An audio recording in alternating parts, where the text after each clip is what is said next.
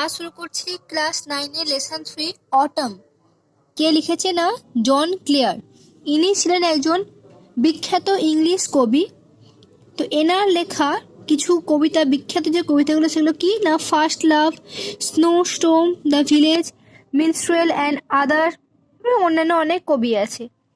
তো দেখো এই কবিতাটায় কি বলা হয়েছে না, দেখো ফার্স্ট লাইনটা কবি বলেছেন, I love the fitful gust that shakes the casement all day. আমি, আচ্ছা, ফিটফুল মানে হচ্ছে কি দমকা, ঠিক আছে। আমি ভালোবাসি সেই দমকা বাতাস যেটা কিনা সারাদিন ধরে কাঁচের যে পাল্লা দেওয়ার জানলাটাকে সারাদিন ধরে কি করে নাড়ায়। তো দেখবে কাঁচের যে জানলাগুলো হয় না তাকে কেসমেন্ট বলা হয়। And from the mossy elm tree takes the faded leaves away. আর কি ভালোবাসেন না যে শ্যাওলা ধরা, শৈবাল ধরা যে এলম গাছ থেকে যে বিবর্ণ পাতাগুলো যে সারাদিন ধরে পড়ছে সেটা উনি ভালোবাসেন দেখতে। Twirling them by the window pane with thousand others down the lane. সেই পাতাগুলো কোথায় পড়ে না, ঘুরতে ঘুরতে সেই জানলার কাঁচ বেয়ে, মানে জানলার গা বেয়ে তলায় পড়ে, যেখানে কিনা আগে থেকে হাজার হাজার পাতা পড়ে রয়েছে। তারপর দেখো second stanza, I love to see the shaking twig dance till the shut of eve.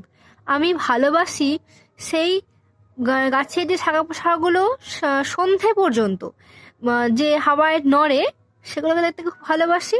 The sparrow on the cottage rick whose chirp would make believe that spring was just now flirting by in summer's lap with flowers to লাই।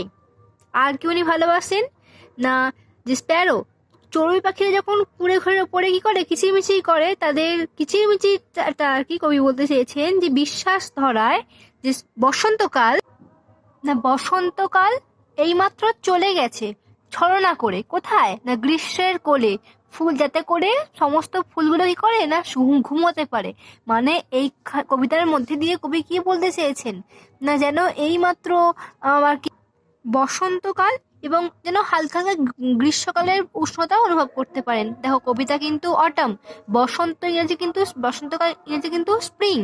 তবু কিন্তু কি কবির মনে হচ্ছে যেন এটা এইমাত্র বসন্তকাল গেল, আবার ফুলগুলো যেন গ্রীষ্মের কালের কাছে মাথা নত করেছে।